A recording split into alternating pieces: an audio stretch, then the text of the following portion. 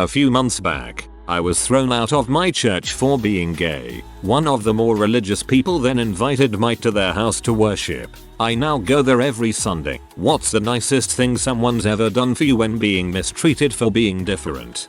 In elementary school, I was getting crap for being racially mixed, and a counselor would check in with me periodically to give me some perspective. Best of both worlds, etc. Just before a class trip with a pool party as its social centerpiece, I broke my arm and was given a plaster cast and instructions to keep it out of the water. Once again turning different into special, the counselor lent me his professional camera and appointed me official pool party photographer. I was the most popular kid at the pool that day, and I'm proud to say I make part of my living today behind the lens of a DSLR. Thanks, Mr. Brown.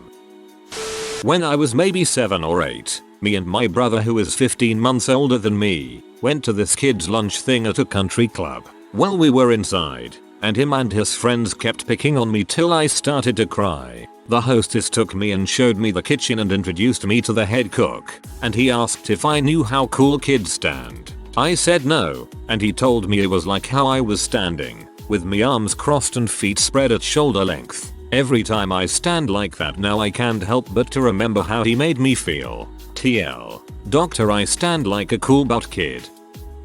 I was thrown out of my family for being gay. Went to college on a full scholarship, so I had a place to live during the school year. Summers I spent couch surfing or sleeping in my car. Holidays I would make noises about having plans, but then I'd hide out in the dorm until people came back from breaks. Third Christmas alone. My roommate's dad called balls on my supposed plans, stood in the middle of our room doing a dad glare until I agreed to go home with them. When we got to their house, they already had a stocking hung up with my name on it, and it was all embroidered by my roommate's grandma, same as the rest. They've been my family ever since. When I 14, I had no friends. Literally nobody wanted to speak to me or be near me. I had a blue mohawk. I was covered with scars, and I was socially awkward. My father had just committed suicide, and I was taking it pretty hard. I was suicidal as well, because I couldn't deal with my anger and sadness. My mom would send me to youth group trips all the time because I made trouble around the house, and she couldn't handle me on her own. One week, I ended up going to a youth trip with, as usual, a group of kids that I didn't know. The trip was to an independently run campground, about 4 hours from my hometown. The entire week, as expected, I was ignored. The few times that someone paid attention to me, it was only to speculate on my gender, much to the amusement of everybody else. I ended up spending every day sitting on the dock, looking out onto the lake. I would listen to my iPod, ponder life's great questions, and cry, secretly and silently. After a few days of this, an employee of the camp, a lifeguard, asked me if I was alright. I mumbled that I was fine. Instead of leaving me alone,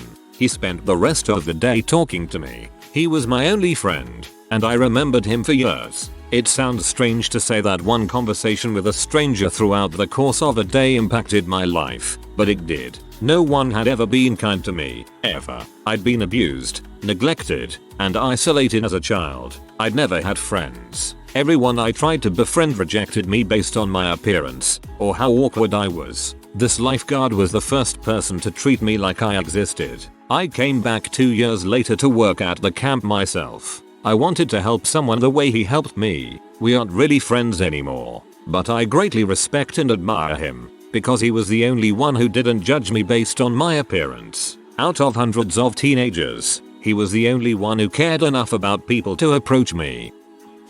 My family is Muslim and lived in NY during and after 9/11. Once a group of hooligans drove by, throwing eggs at us. I was young, hitting my mom and threw a beer bottle at me. As they drove away, a Jewish man ran towards us and gave us the license plate number of the Aswads. It was a pretty good juxtaposition of the shitheads and the righteous. I was thrown out of my house for being gay, and after losing my friends due to the same reason, all fundamentalist Christians, I was taken in by one of my co-workers from McDonald's that I'd only known for about a year. Her family took care of me until I was able to support myself and live on my own. I owe her a lot. D. When I hear stories like this, I like to ponder who was really acting like Jesus, The people who condemned you for being as imperfect as they are, or the people that took you in unconditionally. I was overweight for the ages 8-18. By 17 I was 350 pounds. Needless to say I did not have many friends while growing up. Most of the people I tried to be friends with would shun me away with popular quotes such as fatty, worthless, stupid. One of the nicest things anyone did for me was an old man my family would visit once a week for a religious gathering. He told me, "I believe you can do anything. One of these days you will prove me right." I know it is kind of cheesy, but it was the best thing anyone said to me. Best moment of my life was proving him right by getting rid of those 150 excess pounds. Unfortunately, he died a year ago. Kind of sad he's gone. But you believed in yourself and he will always be with you. Now go get laid. My grandmother used to care for HIV positive patients in the 80s when not many doctors would, because she knew they were just regular people who were dealt a crappy hand. She would take great care to not touch any fluids, and would dispose of everything like she would any biohazardous materials. She is the kind of person who doesn't care what your religious background, sexual preference, or your ethnicity are. She will love you with her whole heart regardless. Christians like her, and the people who let you worship at their house, give me hope that there are people out there that take the golden rule to heart and practice it every day. So, I don't fit in at school.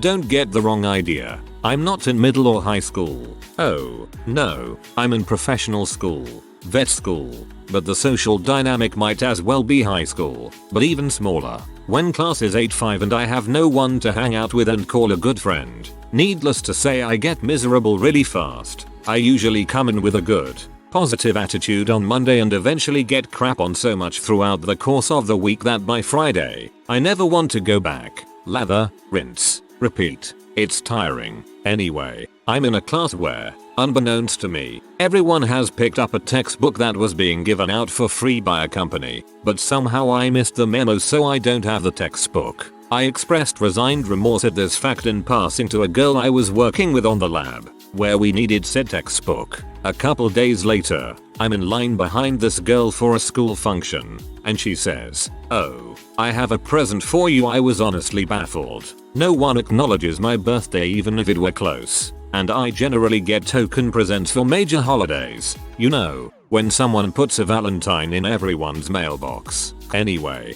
turns out, she had been in the office where these textbooks were being distributed months ago, saw an extra one, and grabbed it for me. I was so unbelievably touched that she had not only remembered but actually retrieved one for me. It's so insignificant, but it's probably the nicest thing anyone has done for me all year. I went to a predominantly white middle school, and by predominantly white I mean I was the only black Muslim person there. I was repeatedly harassed by the same group of girls, and on one of the occasions my teacher overheard them asking me if my dad had 4 wives or if I lived in a hut or something equally hurtful. He noticed that they were bothering me and came up to us and started barking at them. He freaking barked like a dog and wouldn't stop until they walked away. Every time those girls bothered me from then on I'd just bark until they left me alone. They probably thought we were the weirdest people, but I'll never forget it. Thanks Mr. Capital G. I have a very rare skin condition. In my life, I've ever only had one flare up. I assure you one was enough. I looked like a burn victim. The pain and itching was terrible. I had to stop working for about 2 or 3 months and it hurt to do anything, including bathe. People were really mean. They would stare or act like what I had was contagious, wouldn't want to be anywhere near me, etc. When I was finally able to bear the pain, I went back to work. I was working returns and to keep some of the more affected areas clean and covered with ointment that would soothe my skin, I would wear latex gloves. This would really put people on edge. Some people would ask me to take my gloves off so they could see my skin sloughing off, etc. I didn't mind people being curious, but it was really disheartening to have people act like I was going to contaminate them. One day, this older man walked into the store and saw the gloves. I had been wearing long sleeves to cover the issues as much as possible, but it was all over, including my face. He took a look at my face and the gloves and pulled up his sleeve. He had something similar to what I had. He simply said, "Don't worry about the people that stare and remember that it's their ignorance talking when they say stupid things." You have a really pretty smile and your skin problem doesn't cover that. It was such a small gesture, but I remember it still because it ended up carrying so much meaning in the long run. Went to a predominantly Muslim high school for my junior and senior year and was basically shunned for being a Zionist Jew, but then became best friends with a girl who was a super religious Muslim. She actually lost tons of friends because she hung out with me. My husband had to quit his job due to religious harassment. We are Muslim, and a friend gave him a job at a local civil rights organization, saving us from student loan default. I'm sorry he had to quit. That's awful. When I was 14, I had been playing the trombone for many years. I loved playing trombone. It provided me with a gateway to songwriting. I picked up a used guitar and played an old keyboard and some theory books and self-taught myself a lot of music theory. This was before the internet age, so it was all I had as a guide. I started a new high school in junior year. After being publicly praised for having decent trombone skills all the years, I joined my new school's jazz band. This pretty much sucked for me because I was a junior and I was an outcast in the band, being the outsider from another school. So most rehearsals I just played my parts and didn't socialize with my bandmates. They wouldn't allow themselves to socialize with me. I would get solos occasionally and I could feel the jealousy, while when others would excel or get singled out publicly, I congratulate them. They would, in turn, ignore me and go back to their cliques. This was all pretty new to me as a musician. I was used to people rehearsing with each other after official rehearsals, getting tight as a section group.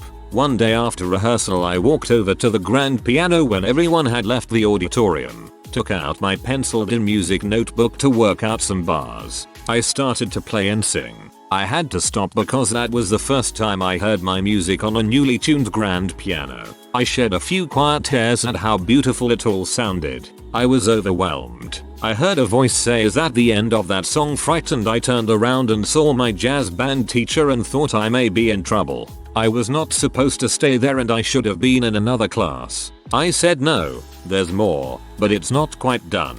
He sat at the piano next to me and looked at music intently and said, "This is pretty good. Would you like some help with it?" I was floored by this offer and accepted with humble gratitude. He told me to come back after school that day. He sat down with me and built upon the theory I was learning. He helped me that day, and almost every school day for the rest of the year.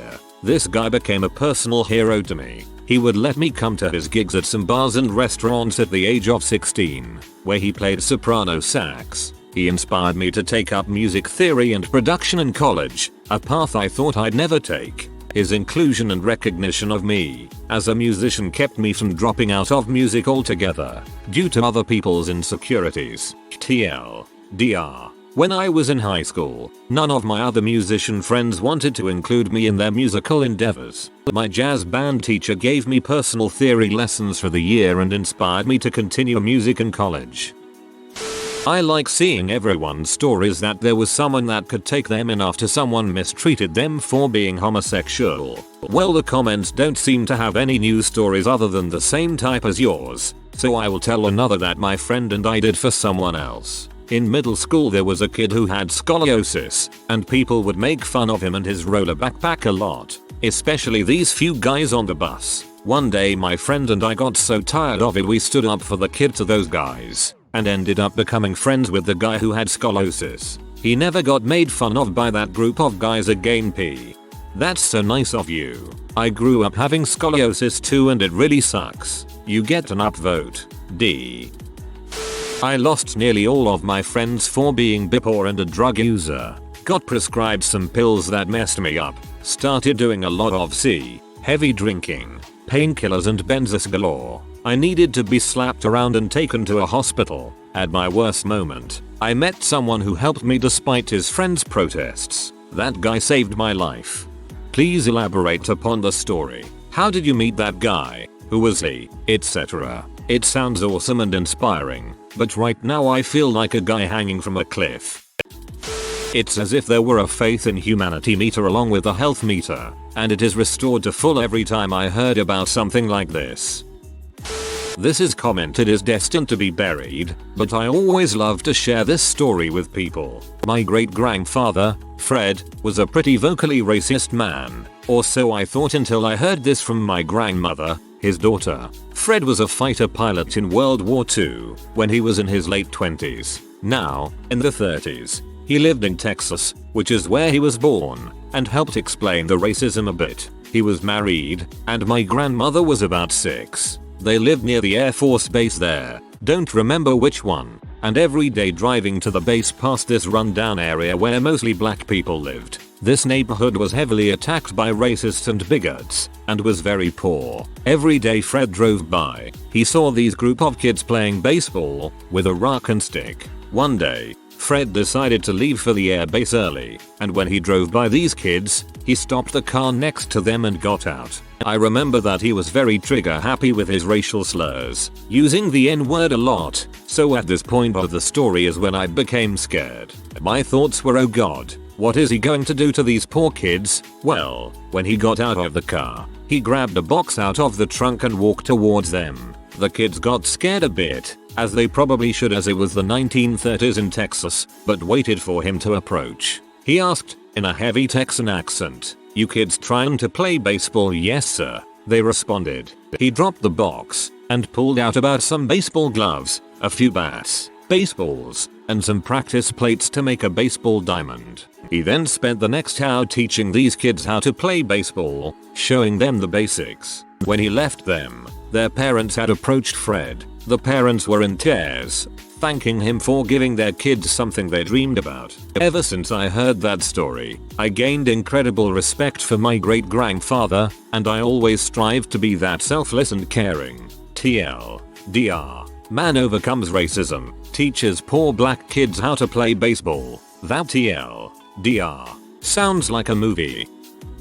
I'm a Christian, and this religious hatred against homosexuals horrifies me. It's the worst form of hypocrisy to heap abuse on other human beings supposedly in the name of Christ, when he himself declared loving others to be the second greatest commandment and had more friends among those his society condemned as unclean rather than among those who declared themselves righteous by following the letter of the law. I'm sorry, I'm just so sorry you've been mistreated that way.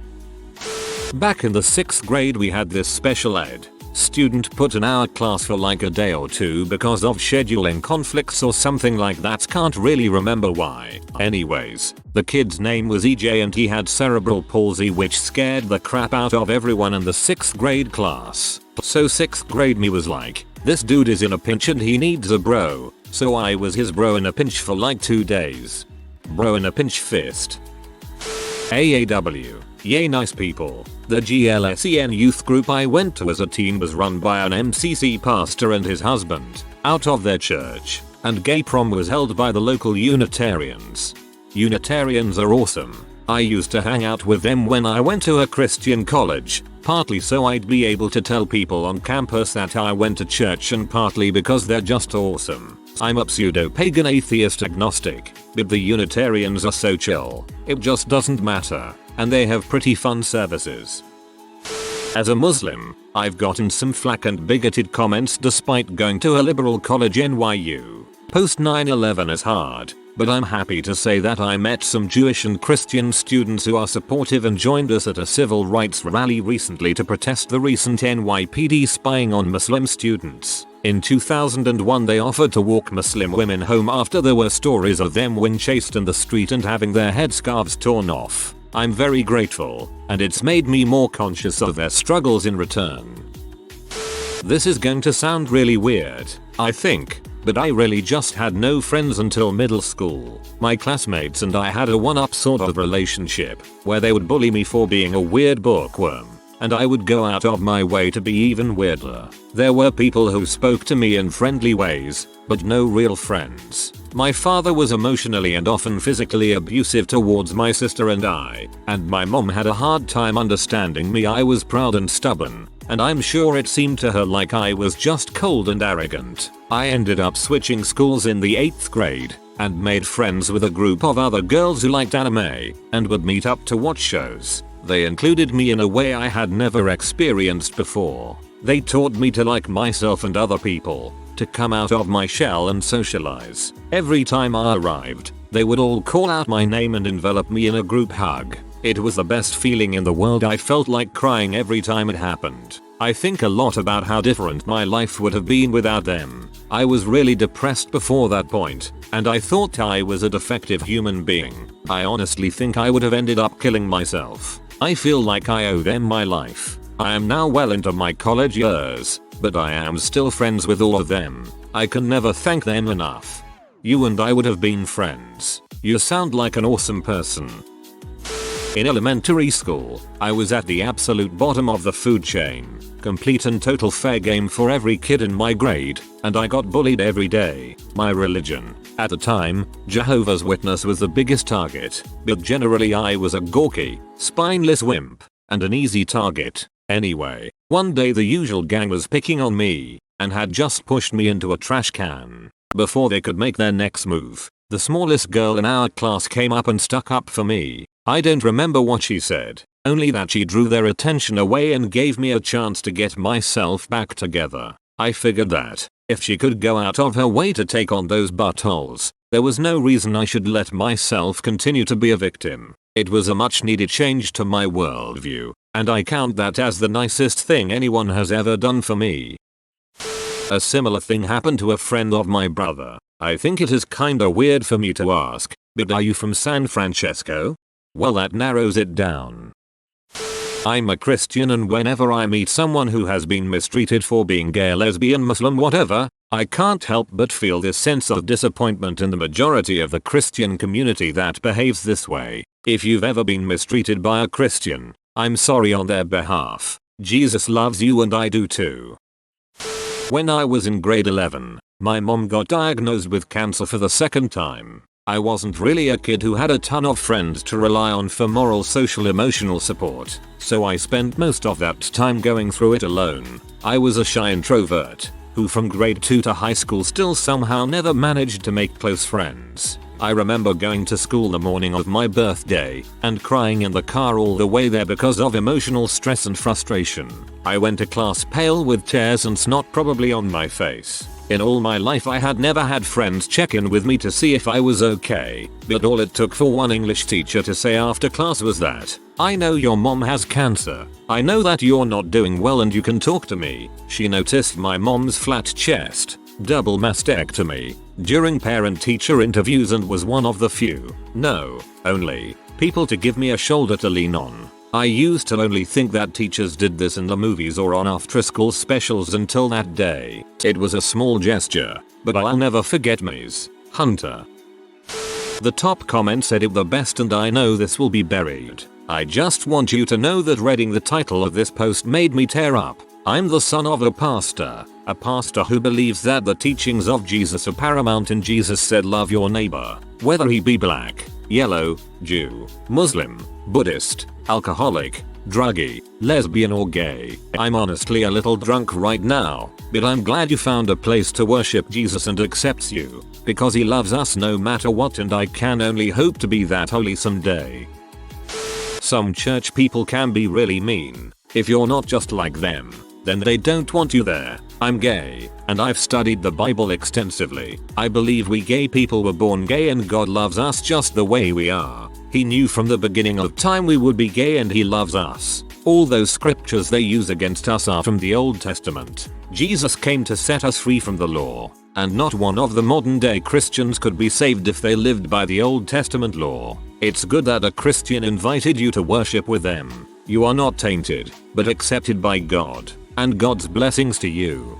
Some church people can be really mean. If you're not just like them, then they don't want you there. I'm gay, and I've studied the Bible extensively, not to split hairs or anything, but all people are like this. Christians, atheists, and anything else. Even some gays are like this, one would think. I came out when I was 13, 6 years ago, as bisexual, so I thought, aha, 13-year-old girls aren't the kindest creatures. Now, two friends of mine who beforehand had made homophobic comments and for religious or whatever reasons were clearly uncomfortable with the fact that I liked girls. It really touched my heart that despite their discomfort they never treated me differently. Back in 7th grade I used to get picked on a lot while riding the bus by these 4 butthole kids. Their favorite thing to do was flip my book bag, turn it inside out and put the books back in it. Well, one day they grabbed it from under the seat and I see Pete. He was bigger than most seniors and same age as me. Get up and walk to the back and just deck this kid. Pick up my book bag, hand it to me, and then just goes and sits down. I was speechless. I saw him a few weeks ago. He's a Marine now and still my hero.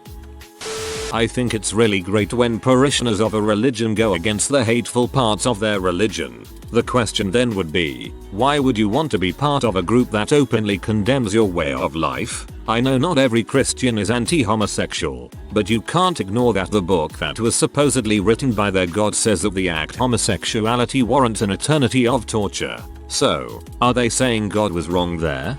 No, they're saying that the people who interpreted God's word are wrong. No sane person believes the Bible was literally written by God. Mistranslations, transcription errors, that sort of thing. Being an unemployed college student, I really don't have much money. On top of that, I have a long distance girlfriend who goes to school across country and over summer lives a 24 hours drive north of me. Her mom bought me plane tickets to go see her at home over her spring break and used her mile points to buy me a plane ticket to see her at school during mine. This was after us being together for a month. So I clicked on this link. Great. Going to be another feasts are dumb thread. May as well click it on the slightly off chance it won't be. Now I spilled some water on my eyes. If you are new to the channel, you can subscribe. I publish new videos every day.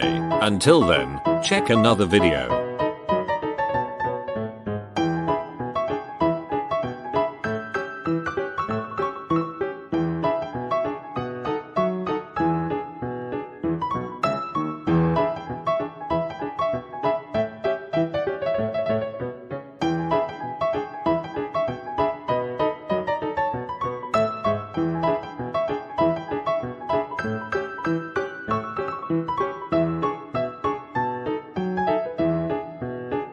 Bye for now.